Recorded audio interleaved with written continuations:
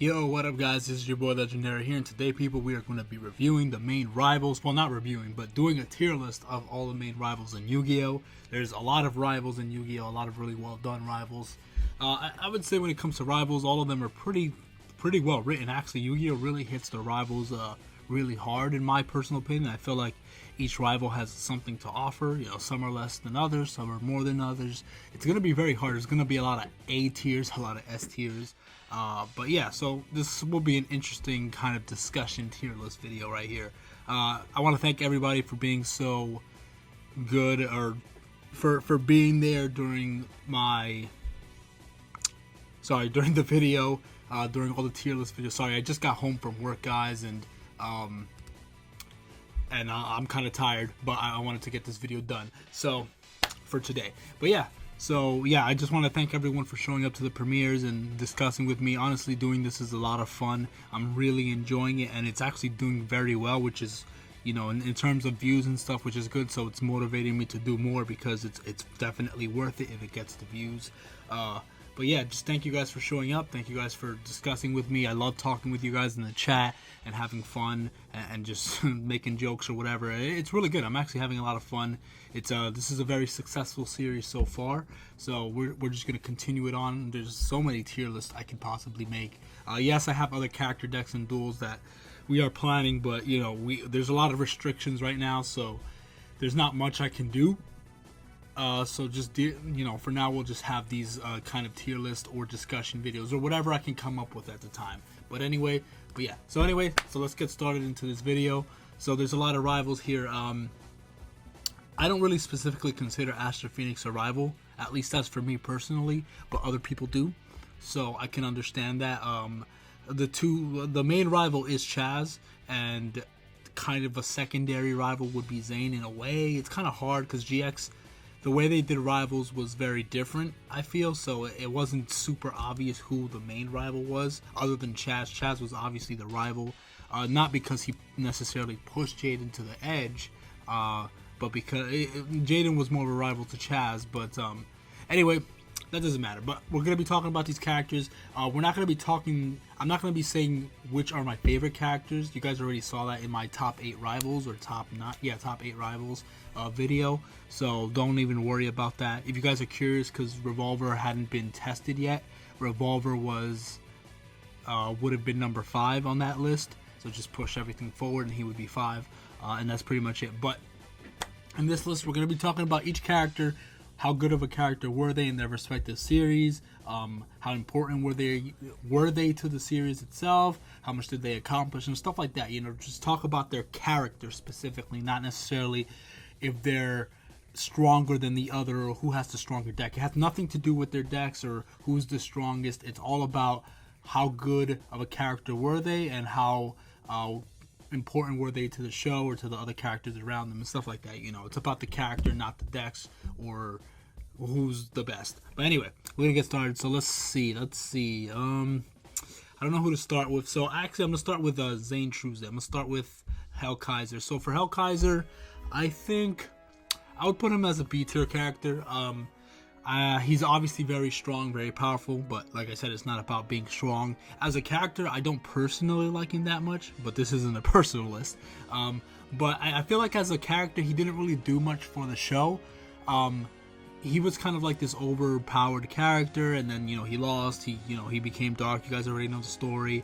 Not dark because he didn't become evil, but he just stopped caring about respecting others. And not that he was a really nice guy to begin with, but he kind of just gave in to his inner desire to want to win above all else and was willing to hurt whoever got in his way just to obtain victory. So, which is an interesting concept. He's not a bad written character. He's definitely still, you know, you guys already know, he was, I think, second to last of my favorite rivals. But I do think he's a good character. Overall in the show, I don't feel like he did anything for the show specifically. Like, in all of GX, he was always kind of doing his own thing. Yeah, he sacrificed his life for his brother at one point in season 1. But he was always kind of a very selfish character. He was just in it for himself. He didn't really care that much about everyone else around him, and you know, he wanted what he wanted and he went for it. He didn't care who he hurt or whatever. And I don't know, I just don't feel that personally. But also, he just didn't play a huge role in the show. In season 3, he did kind of play a small role. Like, if you take him out of the story, it wouldn't take away that much, because really, Zane is really only a character that's there to develop Cyrus or Sho. So he's there to help him grow, so Sho can surpass him, which Sho did by the end. And he was kind of doing his own thing, and you know, his final duel was amazing. Don't get me wrong. Watching Zane duel is probably the most fun part. Like, I love watching him duel. Even if he's not my favorite, I love watching Zane duel. He's always a blast to watch. Watching him summon Cyber End with 8,000 attack, or Cyber Dark Dragon with however many attacks he has at that moment. And then, you know, the Chimera attacks and all that stuff. He's fun to watch. He's great to watch. But as a character himself, I just don't feel like he's that strong of a character. As a rival, he kind of was not really a rival. I guess in season 1, he kind of was a rival to Jaden, sort of, or more like something he was reaching for, or something he was not really reaching for, because he wasn't thinking about it every day, but something he was hoping like he could overcome. But like, it was after season 1, I would say that rivalry between Zane and Jaden wasn't really there. Like, Jaden was like, yeah, you know, I'll duel him anytime. He was excited to duel him, but it's not like something like, oh, like I'm striving to duel him. Like, I can't wait to duel him again, and I want to beat him. Like, he was like aiming to beat Zane. Like, that wasn't really it. So that's why him as a rival doesn't really make too much sense. But he's there. I'll put him there as the rival. But I think he's B tier. I don't think he's an amazing character. I don't think he does too much for the series. Other than, like I said, he's his own individual character with his own story arc, but he's not really important to any of the other characters except for Cyrus, really. And that's how I see it. Maybe I'm wrong, but to me, I've watched GX over so many times. Like, I couldn't even tell you from beginning to end so many times. And I literally just rewatched all of Zane's episodes, like recently, like a week or two ago, and he didn't do too much for the show in itself. But he's just a fun character to watch. Anyway, we're going to continue on because I'm rambling. So we're going to go with the Chaz. So the Chaz, I'm going to put A tier. He'll probably be low A tier. He definitely will be low A tier. But I'll put the Chaz at A tier above Kaiser. Here's why. Yes, I know Kaiser's stronger, but it's not about strength. It's about character. In my opinion, Chaz has so much more character than him, and he developed so much. I mean, literally his entire season 1, he developed from being, you know, the typical rival who was a jerk to Jaden and this and that, and obsessed with power. And then he kind of he lost to Jaden, and he lost everything, and he has this pressure from his family to be the best and this and that, and he has to kind of like tear apart from that and do his own thing. And just watching him kind of grow up and kind of become a part of the cast, he kind of let go of that jerkish personality, so to speak, and became more a part of the group, and he was more silly. Yeah, he was still Chaz. He was still the Chaz, or Manjome Thunder. Like, it's so much fun. I love Chaz so much. I love watching him. He's so much fun. But as a character, I feel like he's very well developed. We have his backstory with his brothers and why he has so much pressure to be the best. And even just him dealing with the pressure of being weaker than Jaden, a Slifer Red, and he kind of overcame that inside and kind of accepted the fact that Jaden was better than him. And I think that shows a lot when you can accept that, you know. Yes, Chaz never ended up being a match for Jaden, except in season 4. I feel like in season 4, before the darkness duels and this and that, he had a chance to beat him, but you know, he had to kind of like lose the duel on purpose, and I think he would have had a fair chance against Jaden right there at that moment with his power level at that moment. I felt like he could have handled it, that duel, in my personal opinion. But yeah, I think he's a great character, very well developed. He just wasn't used a lot in the show, and that goes for a lot of GX characters, is that they were not used a lot in the show. They weren't.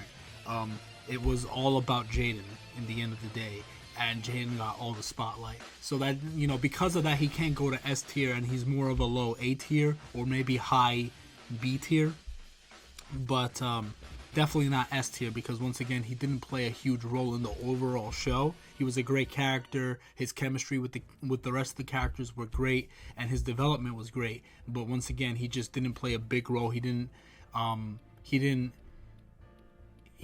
have any huge wins or anything, or do anything memorable like huge and memorable. So, and that's because of the writers. They just gave the spotlight all to Jaden. So it is what it is.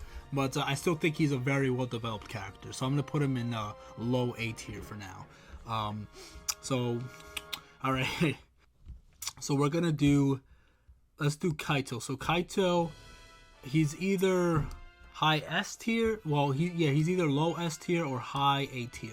I love Kaito a lot. He's one of the best rivals in all of Yu-Gi-Oh! Absolutely. There's a lot of good competition here, so, you know, it's kind of rough. It's kind of rough to decide all that, but Kaito was great. I loved his relationship with his brother. He seemed kind of malicious and this and that, but we know he was doing it for his brother and for his family, and he didn't want to do it, and he felt a lot of guilt from it as well. And he was a pretty well-developed character, I would say, and he definitely grew. He ended up really liking Yuma, and eventually ended up liking Jacques as well. So like he was kind of like behind the scenes, kind of watching Yuma and Jacques, and you could tell that he cares about them. And even at the end, before he died, he admitted, like, you know, those were his close friends, his best friends, whatever. Or was that Jacques? But I know Kaito also admitted it, and I thought that showed so much when he did that, because I kind of wish Kaiba kind of got to that point. I wish he had gotten to. He might actually be S tier now that I think about it, but we'll move him back up if we need. We'll move him up if we need to at some point. But he's great. He has a great deck. He never lost except to Tron one time, and even at the very end when he died in that duel against Misael, he still won the duel and then died. So he's a boss. He's definitely a boss. He won the duel and then he died like a man. So it is what it is. But yeah, he's great. He's a fantastic character. No complaints with Kaito. He's fantastic. Definitely in season 2, I feel he had less of a role, but he was kind of working behind the scenes, so it's fine. Season 1 was definitely his highlight, and then a couple moments in season 2. But yeah, so I'm gonna put him high A tier for now. Maybe I'll put him in S tier. We'll see where everything else lands. All right, let's move down the list. So to finish off the GX characters, I should have just done that first. We have Edo Phoenix. So Edo Phoenix, I feel, like I said, I don't consider him a rival, but other people do. I literally just put him on the list because other people might be like, oh, you forgot to add Edo, you forgot to add Aster or whatever. I don't consider him a rival, and I have my reasons. I feel like the rivalry was more between Elemental Heroes and Destiny Heroes, and Aster was kind of doing his own thing. He didn't have a specific rivalry against Jaden. He was just doing what he was told to do, and that's pretty much kind of it. And Jaden eventually did beat him with the Neo stuff and all that, but I don't feel like he was a rival. But he is a fantastic character. He definitely goes above Zane. He might even actually go above Chaz. I'm not sure, because I feel like when he showed up, his backstory was great. His motivations were great with his father dying and everything, and him trying to kind of find out who killed his father, who took his father, whatever. Who killed his father, and his history with that. In season 3 he didn't have too huge of a role. In season 4 he didn't have too huge of a role, but overall he was a great character. Literally when he showed up, he automatically, the first thing we see him duel Jaden. He's using this mediocre deck that he built out of random packs he bought, and he practically almost defeated Jaden with a random pack of cards. So he's a pro. Obviously he's a pro duelist, which is fantastic. And then the very next thing we see him beat Zane. Zane has been undefeated the whole show, and he beat him like that, flawlessly. I mean, not flawlessly, he definitely did take damage, but you could tell he was confident the whole time, and he knew he was gonna win, and he did, and he was a pro. And then, you know, and then he dueled Jaden, and then Jaden lost. He kind of wiped him out real hard there, really hit him hard, and this and that. And I felt like his deck is very powerful. He had a lot of really great duels, a lot of great moments. I think he was a very good character. Like, I don't really consider him a rival, but I consider he is a great character. So I would say he's a much better character than Zane, in my personal opinion. But that's just me.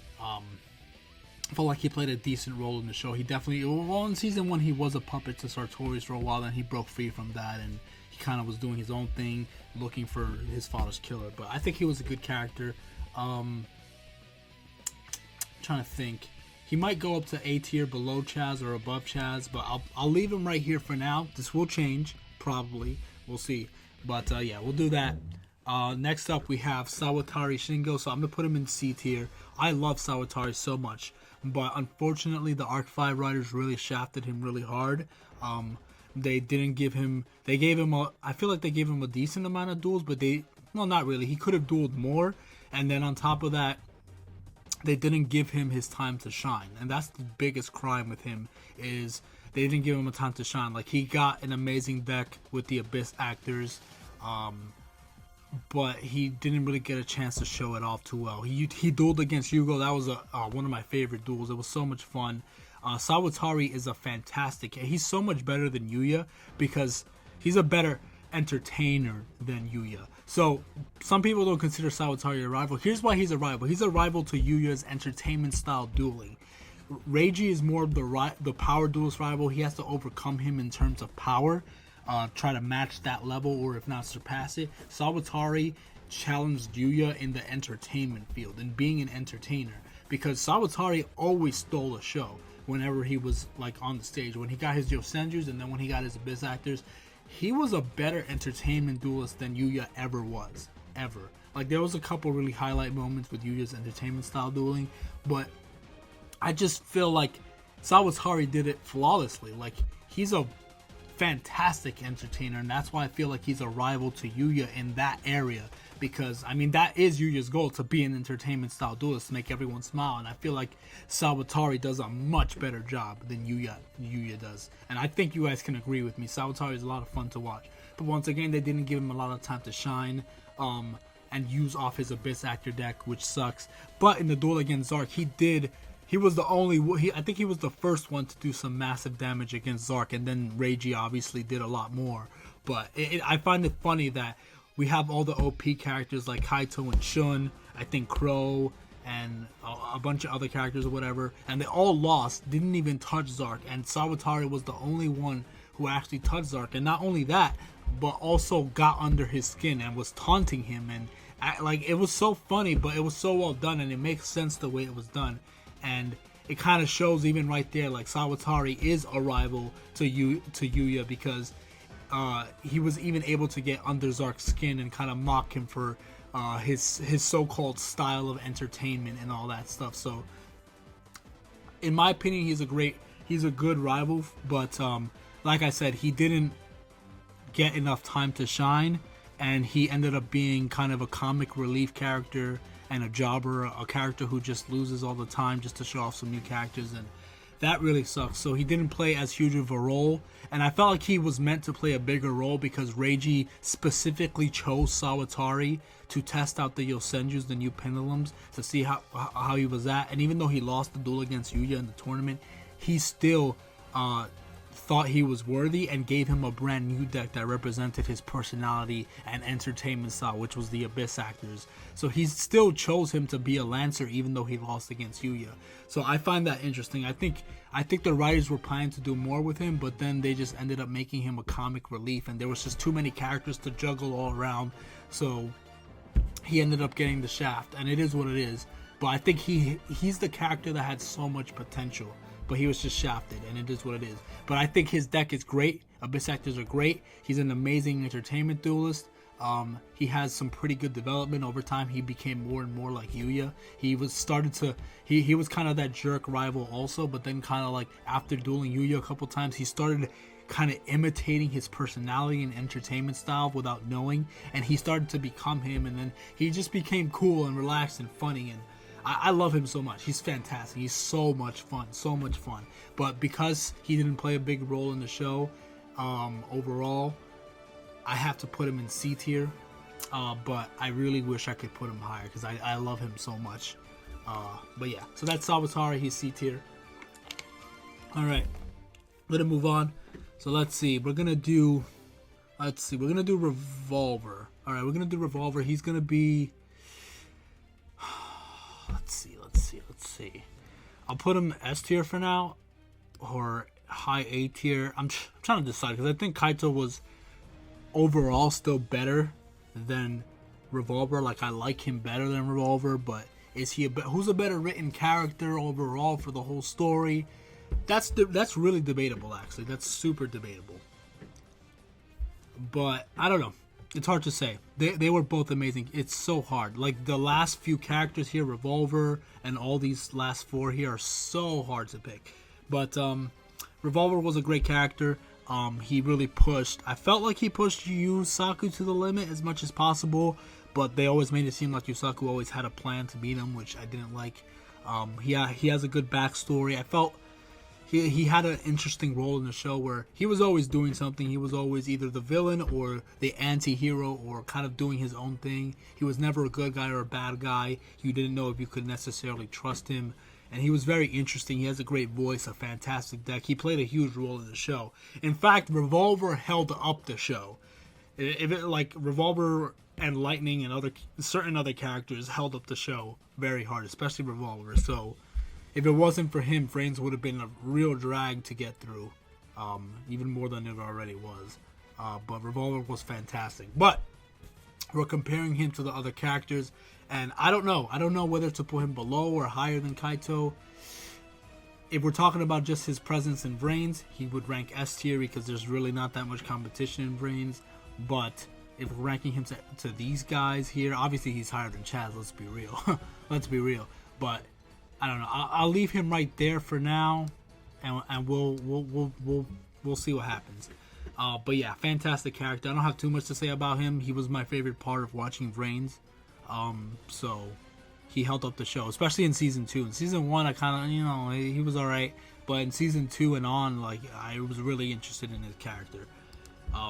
And the design change, whoo, so good. Anyway, moving forward, we got the King, Jacques Atlas. It's gonna be high S tier or low S tier. This is gonna get so difficult. So yeah, Jacques is great. You guys already know Jacques. We're not talking about Arc 5 Jacques. We're not talking about Arc 5 Kaito. We're talking about 5D's Jacques and Arc and Zale Kaito, obviously. But just in case if you guys, and we're not talking about Arc V Edo 2.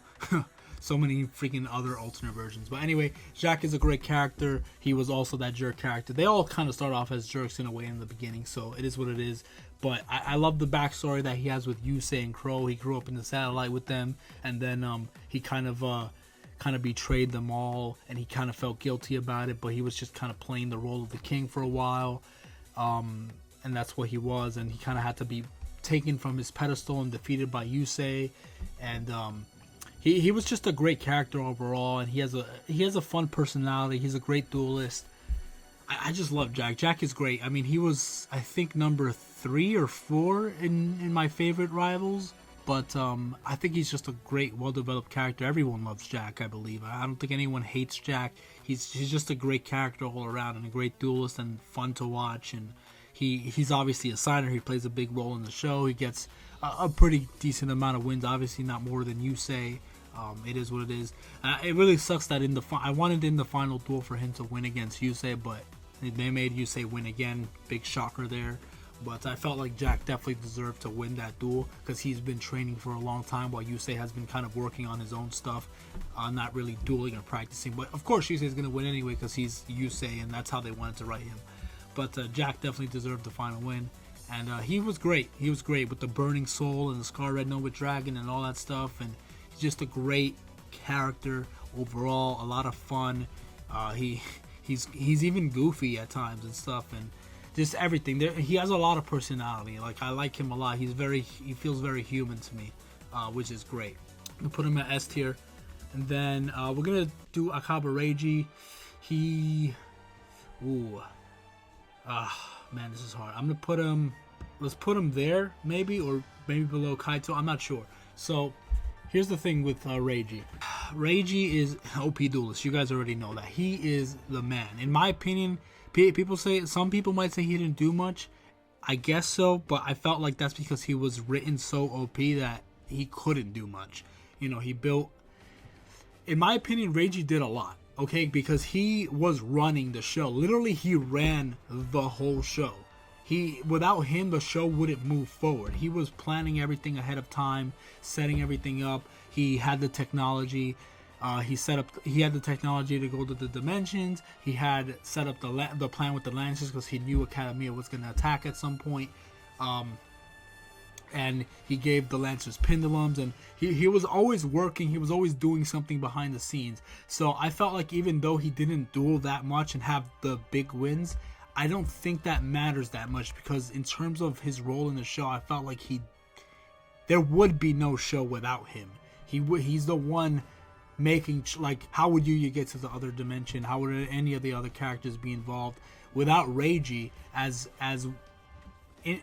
confusing as his ideology is, he is kind of the hero of the story. He's the one making sure everything ends up well. The way he does things is questionable, but in my opinion, he is the hero of the story. He's the one who's been trying to save the world and stop his father since the beginning, since even before anyone knew about anything. And he is the hero of the story, and that's how I see him. Like, some people might not see that, but he is the hero of the story. If you really look at it and pay attention to it, the story moves because of Reiji, and he's OP as heck, and you guys already know that he's so OP. That duel against Roger kind of showed me that even though I didn't like that duel because Roger was pretty much one-shotted multiple times, but that goes to show that, look, Reiji had a chance to fight one of the final bosses, and look what happened. He completely obliterated him. He caught him in what do they call it? An unlockable OTK. I forgot what it was called, but an unbreakable combo. An unbreakable combo loop or whatever. I still feel like I'm using the wrong term, but he had an unbreakable combo loop where he could continuously beat him, and he's so intelligent and so smart. So it just goes to show he did fight a final villain, but that final villain couldn't stand a chance against him. And even though I hate that duel because it made Roger look weak, but it also made Reiji look strong because it shows that no one can really match up against him. And that's why he didn't play a huge role in terms of duels, because, you know, he was too OP. And also because there was just too many characters. I felt like spend a little less time on Jacques and Edo and other stuff and give Reiji the time to knock out some of these big players. But they were just trying to introduce so many new characters and retrains of old characters and stuff like that, and it was like, come on, give Reiji the time to shine. But I'll put him lower only because I feel like he definitely deserved to play the bigger role as the rival and kind of like knock out big opponents, but they didn't give him that time to shine, and I really wish they did. But obviously we already know how the outcome of most of those duels would have been. He would have overcome. I mean, look at Zark. Right? Like, the only ones to touch him were Sawatari and Reiji hit him hard with the most amount of damage and did a lot, like, so, and that goes to show his skill level right there. The fact that Zark had this OP deck, and he was the only one who was able to really, like, kind of match him and take him down a decent amount, or a good amount, more so than anyone else. But yeah, so, there you go. I would say Reiji, he has a good backstory too, you know, with his father wanting to stop his father, feeling betrayed by his father because he kind of left his family and this and that. And like I said, he's the hero of the story. I'll put him below because I felt like Kaito, I guess, is a better written character and probably follows Revolver. And this is not a duel about who's the best duelist, so you know, he's definitely above Chaz. Chaz is a better, well-developed character. I wouldn't say Reiji necessarily grew as a character. I would say he was consistent overall, but he had to be consistent because he's kind of the glue holding everything together. And he has a plan and he goes for it. He's very smart and he knows what he's doing. And he doesn't waver from what he's doing. So yeah. He's good. He's good. I'll put him right here. I think that's a fair spot right below Kaito and Revolver because I feel like these guys are better characters that did a lot in their shows and whatnot, and Reiji could have done more, but I felt like Reiji still did quite a lot. Alright, so now we're here in the final two. For me, Reiji's always S tier, by the way. He's one of my faves. Like, he's high S tier. But like I said, we're talking about their characters, comparing them to each other. How good are they? How good are they in their show? He was great in the show, but he didn't get a lot of time to shine either, so it is what it is. But when he did shine, whew, it was so much fun to watch. So much fun to watch. He was so OP. Anyway, moving on. Alright, we're going to do Seto Kaiba. So Seto Kaiba right here, he's S tier. He goes above Jacques. Here's why. Seto Kaiba was my least favorite rival, but we're not talking about my favorite. We're talking about him as a rival. I felt like as a duelist, he was the best. In fact, in my personal opinion, I think he was better than Atem. In fact, he had Atem won so many times.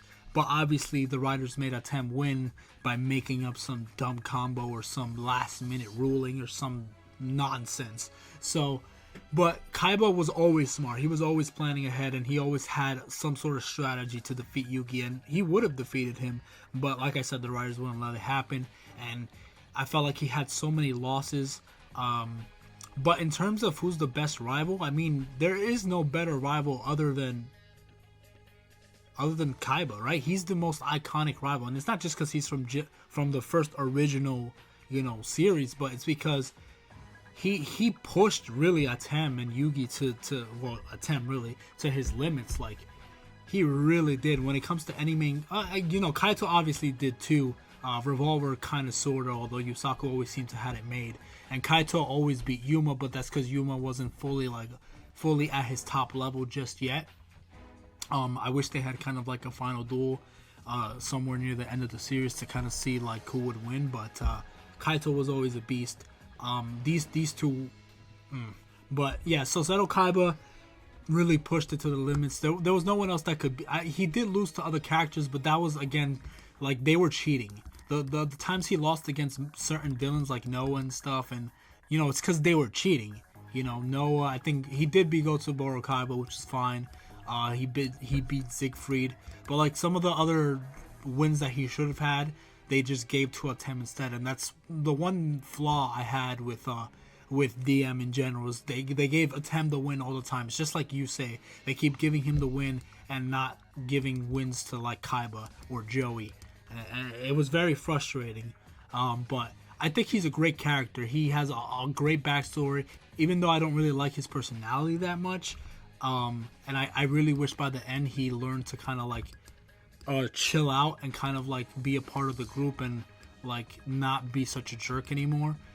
That's the one downside with him. He didn't develop as much as I would have liked him to. He did calm down a bit, but he was still kind of a jerk. That's his downside for me. But other than that, he was a fantastic rival. He was the best rival. He was one of the best rivals to watch. And see him push Atem to the limits, and I think he's better than Atem in my opinion.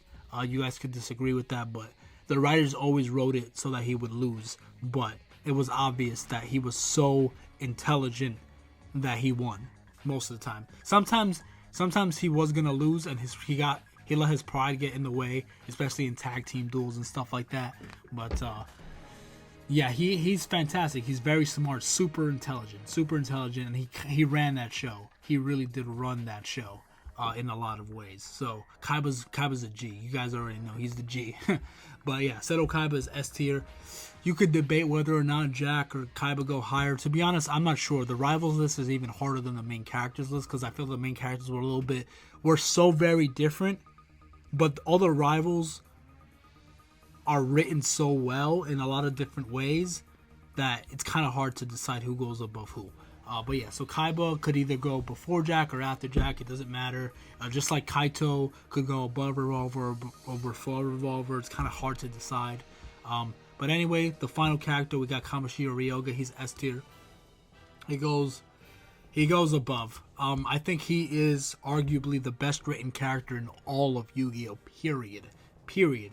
I know that's kind of a high statement, but I truly mean that. Like, he is one of the best. Like, he has 3 different lives. His life as a Barian, his life as a king in the past, and then his reincarnated life as a human, and just everything he's been through. He's been through so much pain and learning to trust people and kind of overcoming. He also started off as a jerk like everyone else, but then Yuma kind of showed him like, yo, like, I'm really your friend, I got your back, and he proved that to him, and over time he kind of mellowed out, and this and that.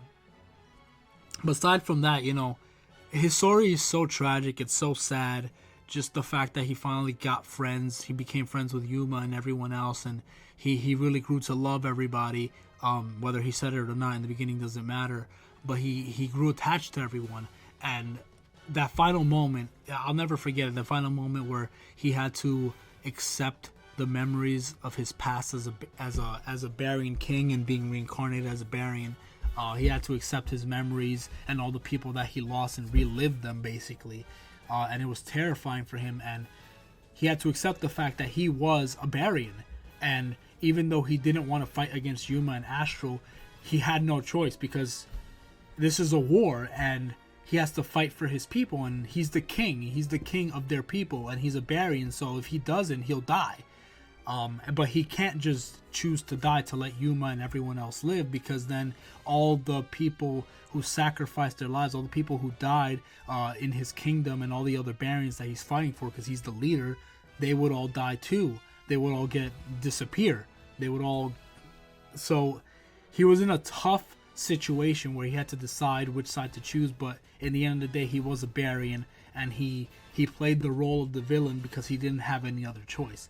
So he didn't just become evil out of nowhere. It was actually sad. And in fact, he wasn't evil. He wasn't evil at all. He had to do what he had to do. And it broke his heart to have to betray Yuma and everyone else that he formed bonds with. He even also admitted that Kaito and everyone else was his best friends and stuff like that. And those memories that he cherishes, he's amazing from beginning to end. He has a role throughout. The reason why Kaito's lower is because, like I said, after season 1, he didn't have too huge of a role. He had some good highlight moments, but he didn't do too much. Meanwhile, Shark was still growing. He was still growing. We're still learning more about him, and he ended up being the final villain that Yuma had to face, which was insane. So he's one of the best characters of all time. Yes, he lost to Yuma quite a few times, but who cares? It doesn't really matter. That to me, winning and losing doesn't matter that much. It's as a character, he is the best character of all time, and especially the best rival. Next to Yuma, Yuma's an amazing character as well. One of the best, if not the best. And I know people are going to disagree with that, and that's fine. You guys can feel however you want to feel, but Shark is a well-written character, one of the best, and I truly mean that. And he's a fantastic duelist, especially by the end when he got his Baryon powers and became, Nosh, and obtained the powers of some of his all the other Baryons. He was OP as heck. He was OP by that point. But obviously Yuma had to win because, he's the main character and he has to save the day.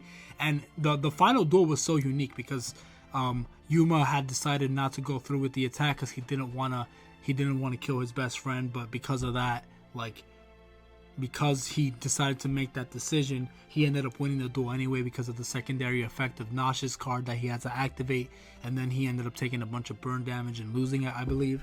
And the death scene was beautiful, him saying goodbye to Yuma and everything, and it was just fantastic. I can't, not only do I love him as a main character, but objectively speaking, he really is the best character. He's the most well-written. He develops so much over time, and his story is so sad to watch.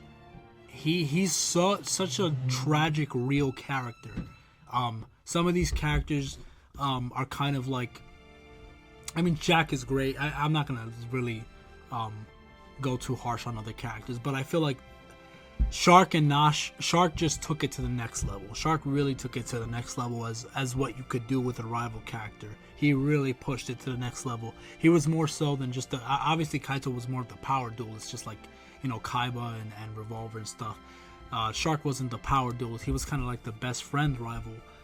But it's sad too because he had to fight Yuma, his best friend, at the end, and they were both on opposite sides. And oh man, just everything is great. He's a perfect character, perfect. I see no flaw in him. You guys are probably gonna find some flaws and write it down in the comment section. Go right ahead, that's fine. He's a flawless character. I don't see any issues with him. I think he's fantastic. He's really a great character, a good personality. He grows so much. He grows more than almost any other rival, if not the most, more so than any other rival.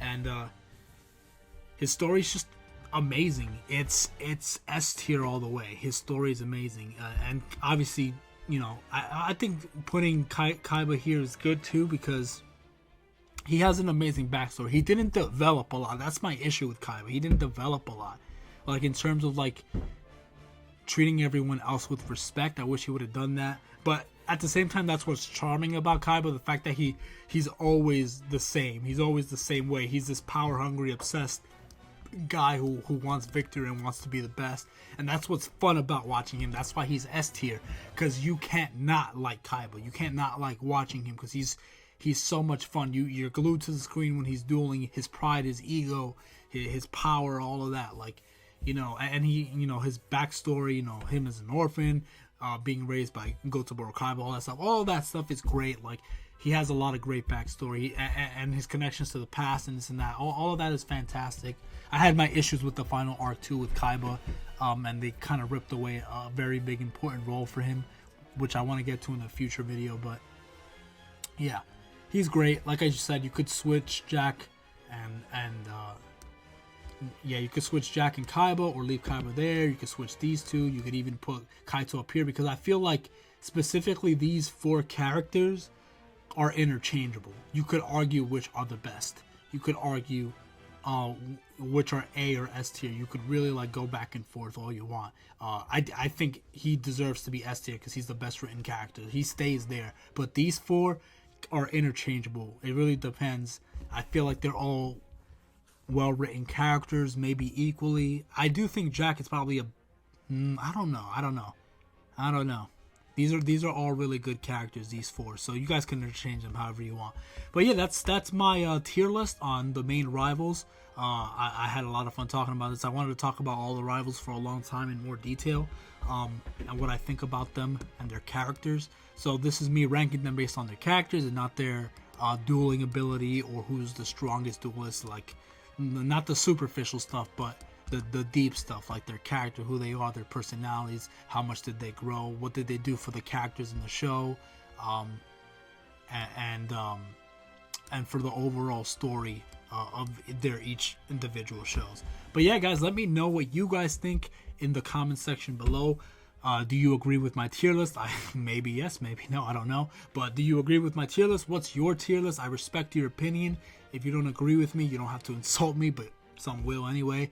I respect your opinion. You're allowed to feel or like whoever you want. I'm trying to look at these characters as objectively as possible. Not subjectively, not my personal feelings, but objectively. So this is what I think is the best list objectively.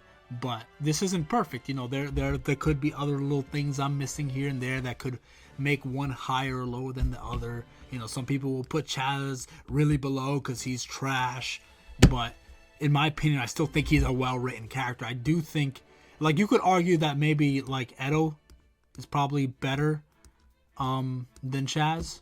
You could argue that. Like, okay, yeah, he's a better duelist and he has a great story.